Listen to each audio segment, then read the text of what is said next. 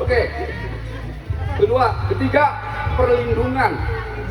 Jadi kita harus sebagai pelindung suami ini kepada istri dan anak-anaknya harus juga dijaga. Jangan sampai anak kita lepas kontrol di sana ikut vandalisme. Ada pasal di sana, pasal KUHP 489. Biasanya dipanggil polisi orang tuanya dan sekolahnya karena nggak terkontrol. Belum anaknya yang kena geng motor, apalagi sampai kena narkoba. Jadi bagaimana orang tua melakukan perlindungan itu sudah diatur dalam undang-undang yang tadi saya bilang ketahanan keluarga. 4 adalah pendidikan.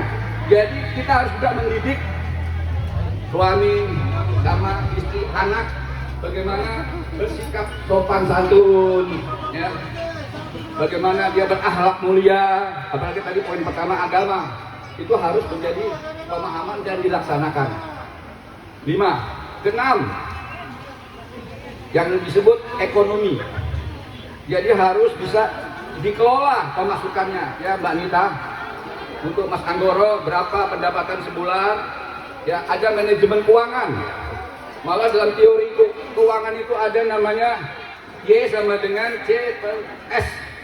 Pendapatan adalah konsumsi plus saving. Adalah di savingnya 25%. Jadi kalau bisa pendapatan kita misalnya sejuta, 250-nya itu kita mesti nabung. Apalagi dalam agama kita Islam ada bukan haknya kita kan 2,5%. Jadi harus dilakukan dan terus menerus. Jadi ada manajemen keuangan. Ya. Terus yang disebut sosial budaya. Kita harus didik anak kita, ya, dari jauh. untuk bisa mengenal lingkungannya. Ya, bagaimana saudara di sana sini, gitu.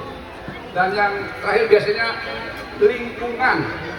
Jadi kita juga harus bagaimana mencintai tanaman-tanaman, binatang-binatang kesayangan, ya, untuk berkelanjutan. Nah, inilah 8 ya acuan bagaimana ketahanan keluarga. Saya mau bercerita sebab perceraian. Sebab perceraian itu ada 29 cerai. Ya, mulai 8 yang ditentukan oleh undang-undang, PP dan kompilasi hukum Islam. Juga ada yang biasa terjadi di dalam masyarakat. Apa? Sosial media bisa itu menyebabkan cerai. Reuni, selingkuh, beda agama keyakinan, beda usia, dan lain-lain, banyak sekali. Saya mau bercerita tentang 2 hal saja, sosial media dan reuni. Bagaimana, mau dilanjutin nggak nih? Oke, ya, saya tambahin biar cepat. Sosial media, hati-hati Pak, Bu, manten. Ini kalau udah selesai kuliah nih di rumah masing-masing megang handphone, tidur pun sebelah-sebelahan pegang handphone, ya kan? Yang harus diperhatikan konten isinya. Jangan sampai ada melanggar pasal 27 ayat 1 Undang-Undang ITE, ya. Yang apa? Pornografi.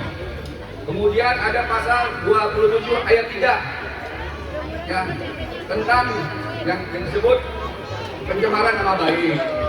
Ada juga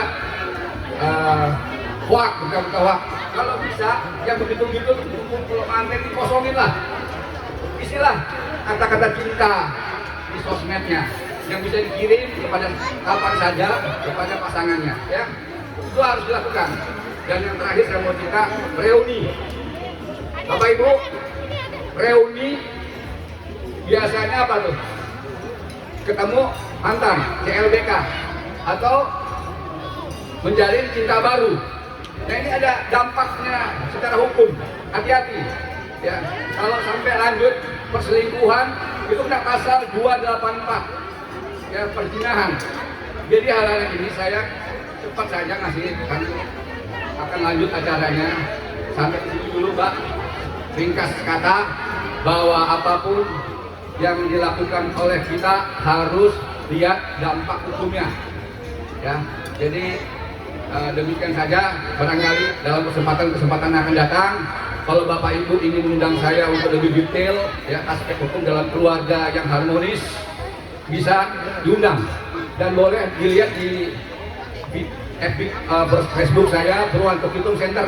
Itu banyak pemikiran-pemikiran saya agar keluarga menjadi harmonis, setia, salam setia, selalu setia. Terima kasih.